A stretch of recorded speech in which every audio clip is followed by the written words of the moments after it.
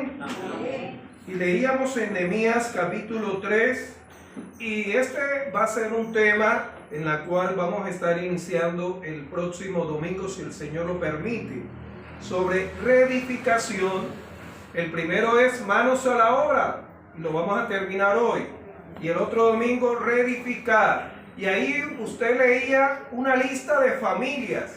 Déjeme decirle que su familia está también en esa lista de ser reedificada, guiado por Dios. De reedificar, volver a edificar con unos fundamentos y unas bases sólidas. Amén. Reedificar. Les decía que vamos a terminar entonces el tema de manos a la obra, y el título de este último aparte de manos a la obra, una invitación de Dios para comprometerte, para involucrarte en la obra de Dios. Y el título de este tema último es el siguiente: ¿por qué permite Dios que sucedan malas cosas? ¿Por qué permite Dios que sucedan malas cosas? ¿Sí?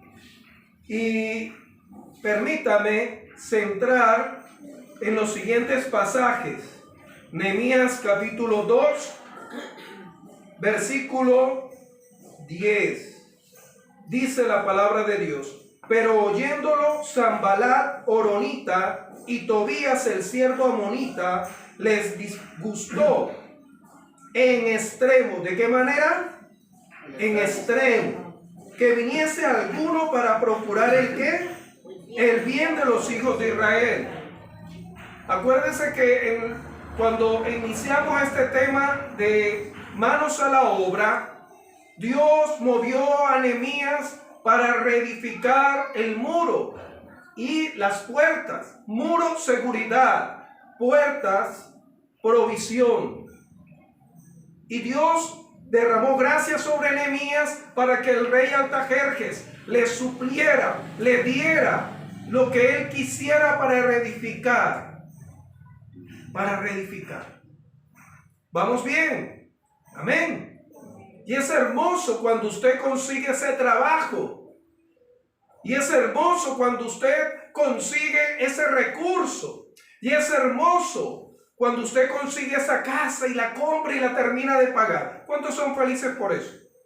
Amén. Cuando usted termina esa carrera que con mucha dedicación se graduó y termina, ¡qué bueno! Y recibe el título con reconocimientos. Vamos bien.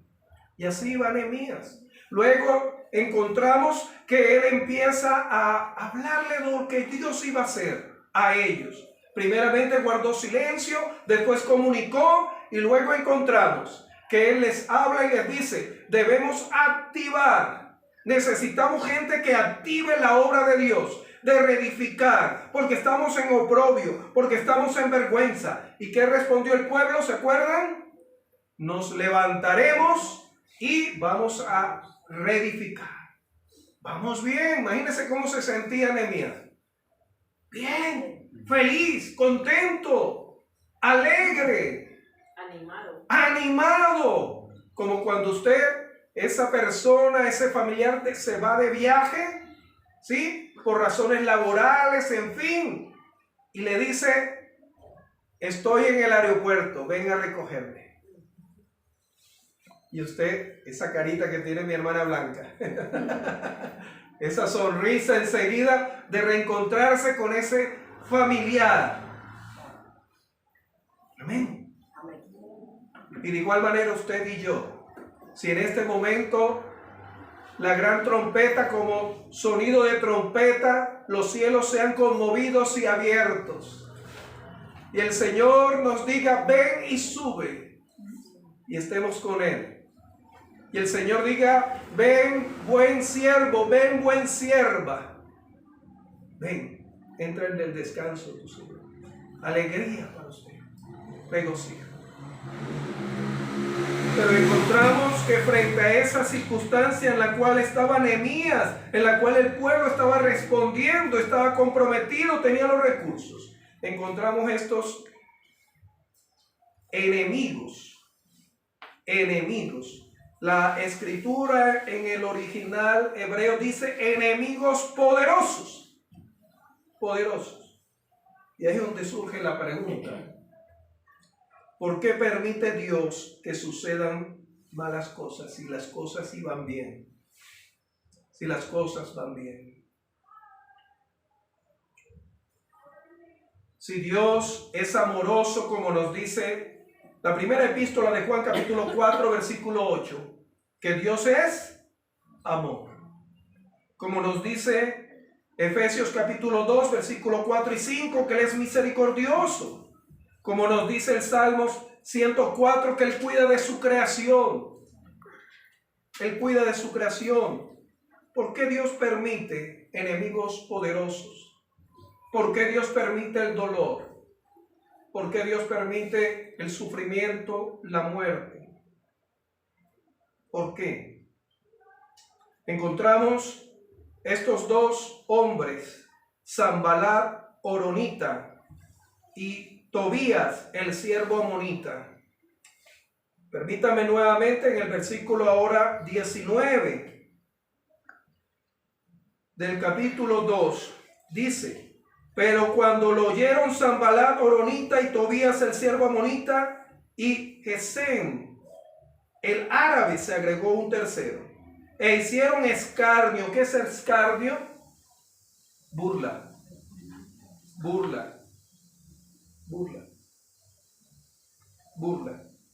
Y dice la escritura: e hicieron escarnio de nosotros. ¿De qué manera? Y nos menospreciaron diciendo: ¿qué es esto que hacéis vosotros? ¿Os rebelaréis contra el rey? Enemigos grandes. Cuando habla ahí de grandes enemigos es porque están por encima de usted y de yo y de mi persona, de mí. Mis amados hermanos, frente a esto, ¿sí? La escritura nos dice que son tragedias que tocan la puerta de nuestra casa y golpean las puertas de nuestro corazón. Una enfermedad de ese pastor que le diagnostican un cáncer. Atlético, en fin, y en menos de una semana muere. Encontramos también el desastre natural. Desastres naturales. Ahorita estábamos en la vereda de la Victoria ayer, por la misericordia del Señor, con el pastor John, con su esposa, con Odilio. Estuvimos allá y principalmente con Dios, porque si íbamos nosotros solos, grave. Y veíamos, ¿no?, el daño que hubo en ese puente, y habían derrumbes también. Eso afecta. Y muchos, me decía mi hermana Claudia, esto es reprensión. Frente a eso, la respuesta del silencio es la mejor. Y encontramos que frente a esas situaciones surge la pregunta: ¿por qué a mí? ¿Sí? ¿Por qué a mí? Y de igual manera nos enojamos con Dios. Y frente a eso no podemos nosotros en ninguna manera, ¿sí?, continuar en una actitud en la cual persiste esa pregunta, porque Dios da respuesta a eso. Y voy rápido. Encontramos primeramente que estos hombres, Tobías y Sanbalat y el que se le une, eran hombres de grande influencia, de grandes circunstancias. Eran familiares del sumo sacerdote en el caso de Sanbalat. En el caso de Tobías tenía influencia con la gente rica. Sin embargo, tenían vínculos indirectos con Israel, pero no pertenecían a Israel. ¿Qué quiere decir eso? Que Dios no hace parte de la muerte, Él es vida. Vivimos en un mundo fraccionado, un mundo roto por el pecado. Un mundo en el cual está llevando a cabo esa maldición a causa de la desobediencia, del pecado. Y encontramos que estos hombres no tenían nada que ver con Israel. Por eso se vuelven grandes enemigos. La muerte es un gran enemigo para la humanidad y para el cristiano. Pero Jesucristo venció la muerte. Y la muerte ha de ser destruida. Cristo la derrotó. El sufrimiento Cristo lo llevó en cada azote que Él recibió por usted y por mí. El escarnio, la burla, Él la llevó por usted y por mí. El abandono lo llevó Él usted por mí, lo llevó por usted y por mí el abandono. Él no lo sufrió como Dios, lo sufrió en su humanidad. El ser abandonados por todos aquellos, lo sufrió. Hoy en la madrugada, muy temprano, una persona me llamaba para consejería y créame que estaba muy cansado. Muy cansado. Y el tema tenía que ver con esto. Y yo de todo corazón le decía a esa persona, dame un tiempo, estoy cansado. No necesito esta respuesta a esta pregunta. ¿Sí? ¿Por qué le suceden cosas? Dios permite que suceden cosas malas. No como nos enseñaron en la iglesia o en la religión, que a la gente buena no le pasan cosas malas. No, eso no es. La Biblia nos dice en el Evangelio de Juan, y con eso voy a concluir. En el Evangelio de Juan, nos dice ahí la palabra de Dios, en el capítulo 16. Con eso vamos a ir concluyendo. Y el Señor no nos prometió que no nos iba a pasar por dolor o no íbamos a enfrentar dolor o sufrimiento. Evangelio de Juan capítulo 16 dice de la siguiente manera la palabra de Dios. En el capítulo 16, versículo 16, permítame, todavía un poco y no me veréis, y de nuevo un poco y me veréis, porque yo voy al Padre. Entonces se dijeron algunos de sus discípulos unos a otros, ¿qué es esto que nos dices? Todavía un poco y no me veréis, y de nuevo un poco y me veréis, y porque yo voy al Padre. Decía pues, ¿qué quiere decir con todavía un poco? No entendemos lo que habla. Jesús conoció que querían preguntarle y les dijo, ¿preguntáis entre vosotros acerca de esto que dije? Todavía un poco y no me veréis, y de nuevo un poco y me veréis, y no me veréis. De cierto os digo, que vosotros ¿qué? Lloraréis y lamentaréis, y el mundo se alegrará. Pero aunque vosotros estéis tristes, vuestra tristeza se convertirá en gozo. La mujer cuando da a luz tiene dolor porque ha llegado la hora, pero después que ha dado a luz un hijo, ya no se acuerda de la angustia, porque el gozo de que haya nacido un hombre en el mundo. También vosotros ahora tendréis ¿qué? Tristeza. Pero os volveré a ver, y se gozará vuestro corazón, y nadie os quitará ¿qué? Vuestro gozo. Nadie, hermanos. Ni Zambalá, ni los Zambalá que se levanten, ni el dolor que se levante. Nadie nos va a quitar. Y se refiere aquí, el gozo. En aquel día no me preguntaréis nada. De cierto os digo que todo cuanto pidiereis al Padre en mi nombre, os lo dará.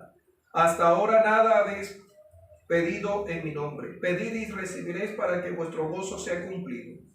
Estas cosas os he hablado en alegoría.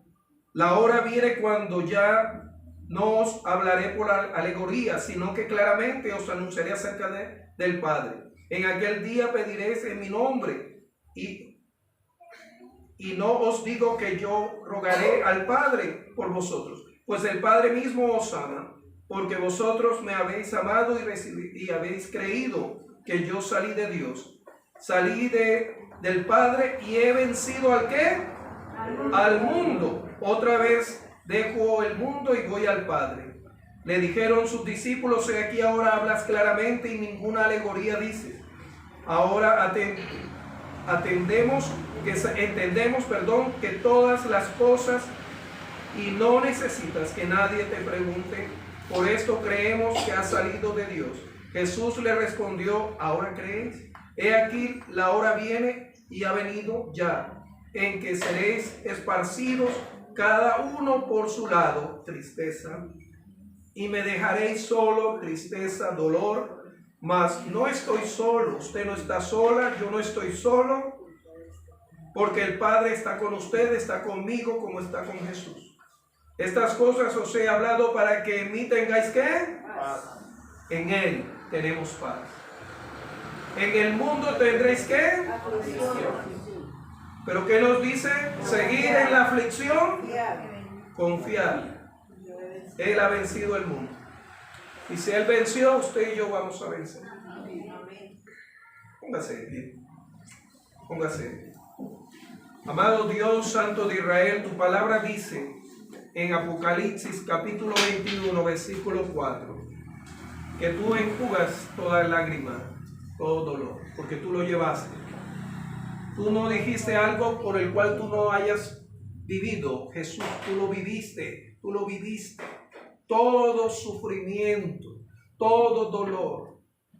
Señor, y encontramos, Señor, en el caso de nuestra vida, Padre Santo, en la cual enfrentamos esas circunstancias. Y en el caso de Nehemías, Señor, tú diste la respuesta, nos dice la palabra de Dios, que Nehemías, abriendo su boca, dijo: y el Dios de los cielos, Él nos prosperará, y nosotros sus siervos nos levantaremos y edificaremos, porque vosotros no tenéis parte ni derecho, ni memoria. Señor, sea con mis hermanos, mis hermanas, sea con tu iglesia local y la iglesia que tú estás formando. Seas tú con esa persona, Señor, que durante la madrugada estuvo, Señor, buscando tu respuesta. Señor Dios, te imploramos, Padre, Señor, que tú envíes esa paz que le dijiste. Que el mundo, Señor, muchas veces, Señor, que está en oposición con tu iglesia, con tus hijos, se va a alegrar y nosotros vamos a estar tristes o en aflicciones. Que en el mundo tendremos aflicciones, pero tú nos dices confiar, y confiamos en ti, Señor. Confiar, porque tú venciste y nos das la paz. Gracias por mis hermanos, Señor, que ellos puedan, Señor, regresar a sus hogares con esa paz que no es temporal, esa paz que es para siempre. Que yo pueda, Señor, experimentar en esas áreas, Señor, de aflicción, Señor, esa paz también.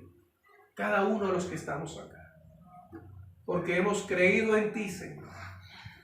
En tu nombre te lo pedimos. Amén. Amén, amén y amén.